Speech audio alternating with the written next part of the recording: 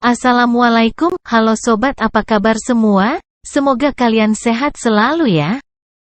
Kali ini Mimin akan melanjutkan cerita novel Jodohku Lelaki Lumpuh, dan kali ini masuk pada episode ketiga. Ketakutan dan tuntutan. Oke, langsung saja ya. Siapkan headset dan silahkan tonton dan dengar video ini sampai selesai ya. Apa? Asih menjawab dengan suara gemetar ketakutan. Sementara bergeser semakin menjauh dari sosok tubuh yang ada di sampingnya itu.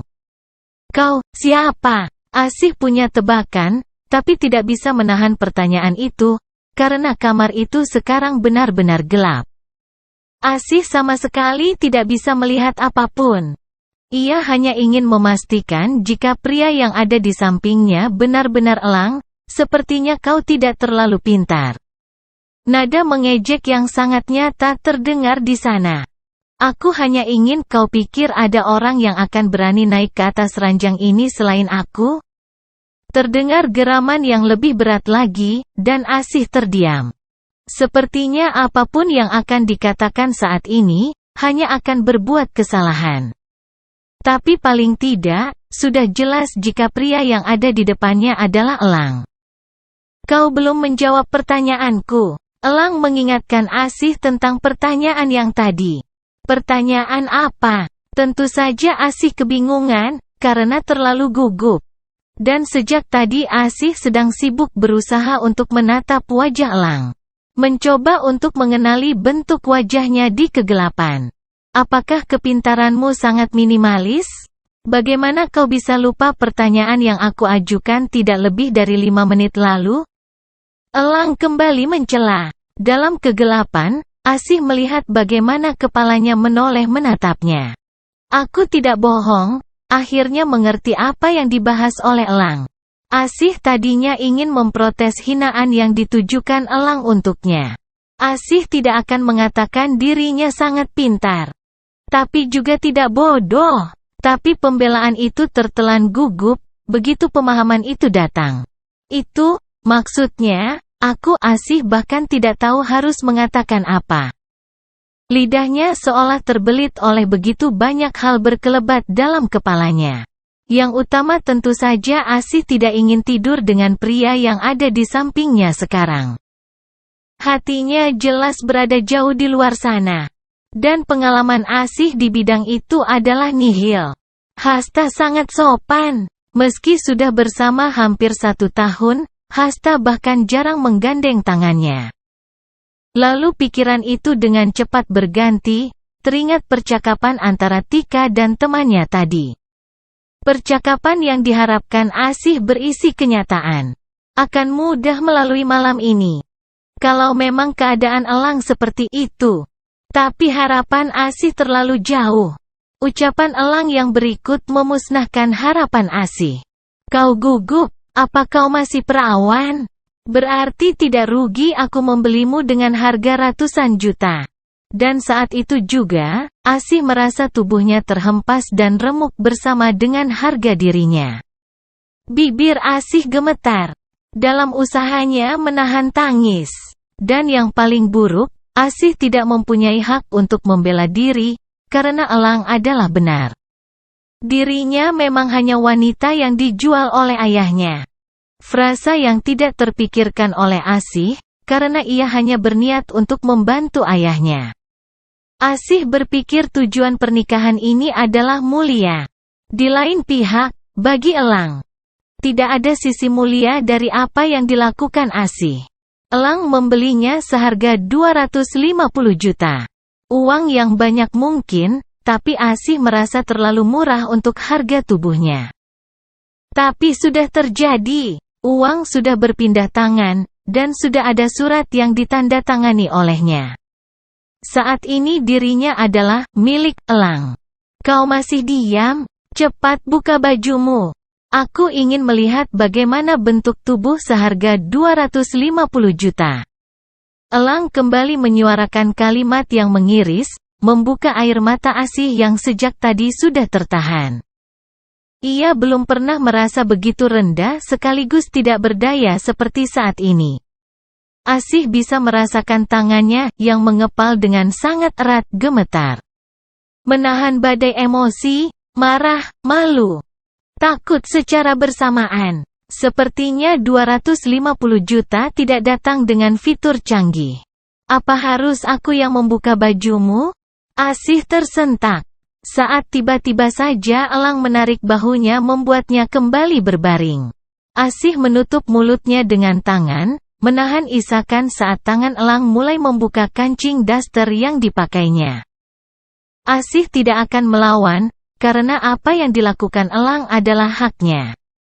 Selain sebagai suami, juga sebagai orang yang telah membayar. Tapi bukan berarti Asih akan menerima dengan ikhlas. Asih memejamkan mata, menggigit lidahnya. Menahan teriakan saat merasakan bagaimana tangan elang menyusup dan mengelus ke balik kain yang dipakainya. Asih berusaha sekuat tenaga mengalihkan pikiran, memikirkan hal lain, agar tidak merasa jijik saat tangan elang bergerak ke atas. Kau menangis? Terdengar pertanyaan terkejut dari elang. Ia tidak bisa melihat butir air mata Asih, tapi tangannya menyentuh telinga dan merasakan basah. Elang lalu menarik tangan Asih yang menutupi bibirnya, dan akhirnya terlepas isakan yang sejak tadi tertahan. Asih tidak bisa mengontrol tangis dan terus terisak. Ternyata 250 juta juga tidak datang dengan kepatuhan. Ini menyebalkan, elang mengomel. Asih tentu saja semakin ingin menangis dengan keras. Karena tidak terdengar sedikit pun simpati dari elang. Asih melirik saat merasakan gerakan pada ranjang. Apa yang dilihat Asih setelah itu, mampu untuk membuatnya sedikit melupakan tangis. Ia melihat elang menggeser tubuhnya menggunakan tangan, kakinya memang benar-benar tidak berfungsi. Dan Asih semakin diam saat melihat dalam keremangan. Bagaimana tangan elang meraih kursi roda yang ternyata ada di samping ranjang. Asih mendengar nafas yang tertahan saat dengan kedua tangannya, elang memindahkan tubuhnya sendiri ke atas kursi roda. Lalu dengan cekatan, elang membelokkan kursi itu, memutar rodanya, menggelinding maju. Asih tidak tahu apa yang dilakukan elang setelahnya, tapi tersentak saat kamar itu mendadak terang benderang. Asih terpaku beberapa saat, sedikit mendapat kejutan saat melihat wajah elang. Dia tidak jelek, sangat jauh dari buruk malah. Dan pantas saja ia bernama elang. Matanya sangat tajam, sesuai dengan namanya. Mata itu dinaungi oleh alis tebal yang menyudut, membuat pandangan matanya terasa galak. Lalu rahang serta dagunya juga mencerminkan ketegasan yang sangat garang. Emosinya tergambar jelas di wajah itu. Kenapa kau terlihat seperti burung yang baru terserang badai? Kesan elang saat melihat Asih, sangat bertolak belakang dengan Asih. Di mata elang, Asih tampak menyedihkan. Rambut mencuat kusut. Pakaian berantakan, sementara wajahnya bersimbah air mata. Asih menutupi rambutnya dengan kedua tangan, tapi jelas tidak membantu penampilannya. Kau membuatku kehilangan selera. Elang mendecak sambil menggelengkan kepala. Dan 250 juta terlalu mahal untukmu. Aku menyesal. Secuil simpati yang tadi hinggap di hati Asih saat melihat kesulitan elang memindahkan tubuhnya ke kursi roda, larut tidak bersisa dalam waktu sepersekian detik. Setelah mendengar nada kecewa itu, apa aku harus mengembalikanmu dan meminta uang itu lagi? Gumam elang, sambil mengusap dagunya, mempertimbangkan gumaman yang terasa seperti angin surga bagi Asih. Tapi hanya sekejap. Terlintas dalam benak Asih, bencana seperti apa yang akan terjadi jika elang melaksanakan niatnya itu. Ayahnya akan masuk penjara. Ibunya yang tentu akan mencaci dengan semakin keras jika ia benar-benar kembali ke rumah. Mereka berdua akan mengutuknya sebagai anak durhaka. Status yang tentu juga buruk. Dan Asih juga tidak ingin menghadapi Hasta. Ia sudah mengakhiri hubungan mereka secara sepihak. Asih tidak punya muka tersisa untuk menghadapinya. Pilihan tinggal maupun kembali ke rumahnya. Tidak ada yang terdengar indah.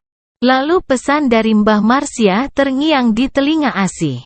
Sabar. Pilihannya adalah sabar. Aku tidak tidak bisa kembali. Asih terbata-bata. Meminta Elang tidak melaksanakan niatnya itu. Aku sudah kecewa saat ini. Apa yang akan kau lakukan untuk membuat tidak kecewa? Pertanyaan yang jelas membuat Asih kembali kebingungan. Dia tidak bisa menebak apa yang diinginkan oleh Elang. Tidak ada ide. Baiklah, kalau begitu aku yang menentukan. Elang mengejek, sambil menggeser kursi rodanya mendekati ranjang. Kita kembali ke awal. Aku mungkin akan mempertimbangkannya setelah melihat bentuk tubuhmu. Aku harap lebih memuaskan dari wajahmu. Oke, sekian dulu cerita di episode kali ini ya. Sampai jumpa di episode berikutnya. Jangan lupa klik like dan subscribe agar Mimin bisa terus upload video-video cerita novel terbaru di channel ini.